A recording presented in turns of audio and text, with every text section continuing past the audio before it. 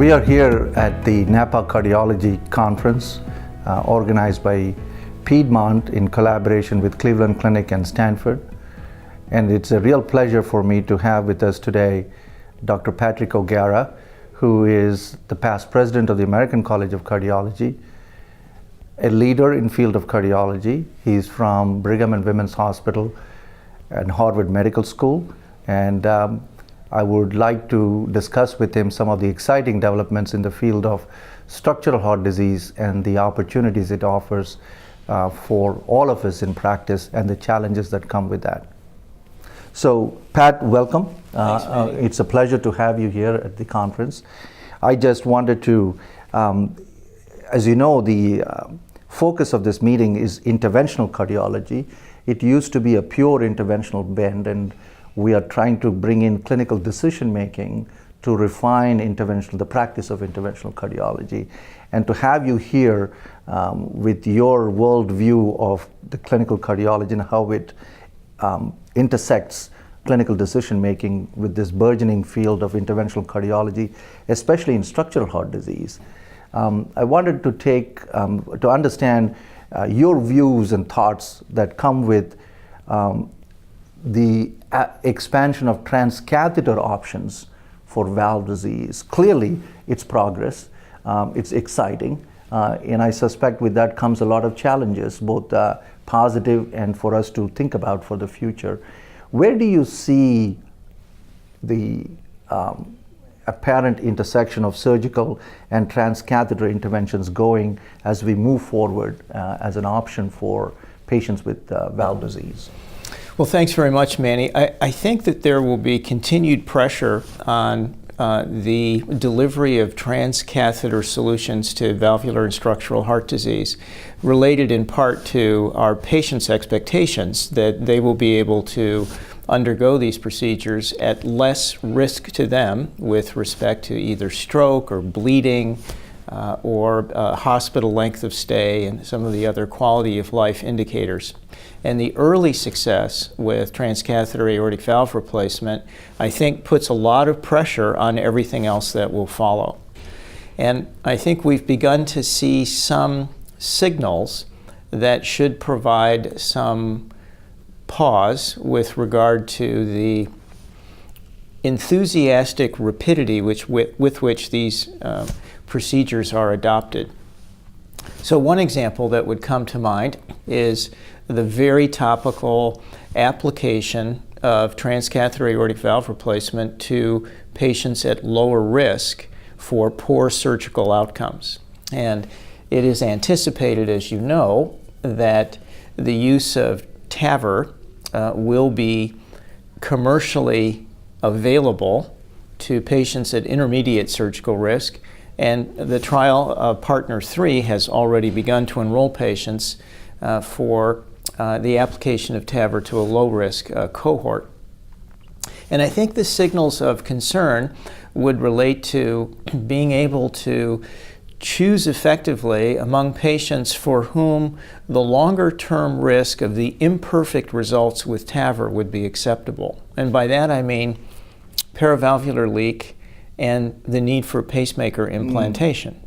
So if we start to compare longer-term outcomes with a surgical gold standard of isolated aortic valve replacement in a low-risk individual, which should be accomplishable with a 1% or so risk of their hospital death or major morbidity, against this sort of tail of imperfection related to the manner in which the procedure is done, as well as perhaps to the device itself. Those could be relative price tags that could be too expensive to pay for the average person who is then looking at the acquisition of problems for which they would have otherwise been able to avoid, for example. I think the risk, it appears to be, continues to appear to be higher for pacemaker implantation. And the need to put transcatheter devices in an annulus that's not perfectly circular, and the need to do that without being able to inspect it visually at the time of the implantation itself. I worry about the enthusiastic embrace for TAVR for all comers under all circumstances. And I still think that surgical aortic valve replacement is a wonderful procedure for the vast number of patients who go through it. The mitral space is even more complicated, as you know. And I think that we're very limited in what can be provided to patients now with mitral valve regurgitation, and both commercially as well as experimentally. There's this incredible fervor of interest in the mitral space, and I hope that we have the patience to allow investigations to proceed over a long enough time frame that we can place this kind of intervention into the appropriate perspective. I think that we're a long way from having a comfortable familiarity or even being able to comfortably project what kind of niche this particular type of intervention, whether it's transcatheter valve replacement or transcatheter valve repair, might have. I think for the rheumatics with mitral stenosis and balloon valvuloplasty, that has a more durable track record. Yeah. But it's a very exciting time. I think that it's one of the, it's hard to imagine another time in cardiovascular medicine and science that could be as exciting as what we're in now. And the coming together of cardiac surgery with interventional cardiology and imaging, general cardiology, ethics discussions, and all of the things that we have identified as being important to shepherd patients through these kinds of interventions, many of whom, that is, our patients, are at end of life or who have a variety of comorbidities, and being able to provide an improved quality without too much of a detriment with regard to complications is a wonderful position to be in. And I think it's very exciting. You must see it all the time in your imaging. I do, and I think progress is always a good thing, but like you, for example, just going back to TAVR, I think you bring up a good point, Pat. Just at Euro PCR, there was data presented, 5-year follow-up. The valves, what was it, 5% or 7% of the valves were getting calcified and immobile in these TAVR devices. Right. So going to low-risk population at this point, PVL notwithstanding, right, it's a little bit of concern about the durability of these valves in that population. Yeah, and perhaps we have an uninformed expectation of the number of times in which valve-in-valve technology will salvage a TAVR procedure a few years down the road. I worry about patient prosthesis mismatch. Right. I worry about the fact that not all prostheses would be able to handle a second valve placed within them. And you can hear it now, it has interjected itself into the conversation of patients in their 50s and early 60s who are opting to undergo prosthetic heart valve replacement surgically with the hope that they would be a candidate for valve-in-valve technology in the future. And they get to be 62, as you know, and they have structural valve deterioration of a bioprosthetic valve, and maybe once or so they'll have a valve-in-valve inserted, and then, as you're saying, at the age of 70, nothing is working. And thinking about reoperation in an aortic root in which there are two valves that are probably both heavily calcified, and being able to somehow put that back together could be even more hazardous than what the traditional approach would. Right. Yeah. Right. And I agree with you. PPM, the patient prosthesis mismatch, is the lack of it is one of the advantages of TAVR valves. But the problem is, if you do a valve in a valve, that game might change. Yeah. And there might be real PPM concerns over there. And that we have not addressed. No, I don't think it's a surprise that we would see the beginning of structural valve deterioration first reported at the 5 to 7 year mark. I think that I would be surprised if these valves actually are as durable as their counterparts that are implanted surgically, just because of the biomechanics of crimping them on a catheter. Something must happen under those circumstances. So clearly we have lessons to learn over there. And I think you make a good point about pause is a good principle to always have and take note of the data. A related question is, so there was an interesting data that came out of Mayo Clinic, I think it was last week or the week before. They retrospectively looked at moderate AS and moderate AR, the presence of moderate AR in the presence of moderate AS, and the outcome of these patients. And the conclusion of the paper was, retrospective data, that to moderate disease actually is equal to a severe disease, and those deserve treatment.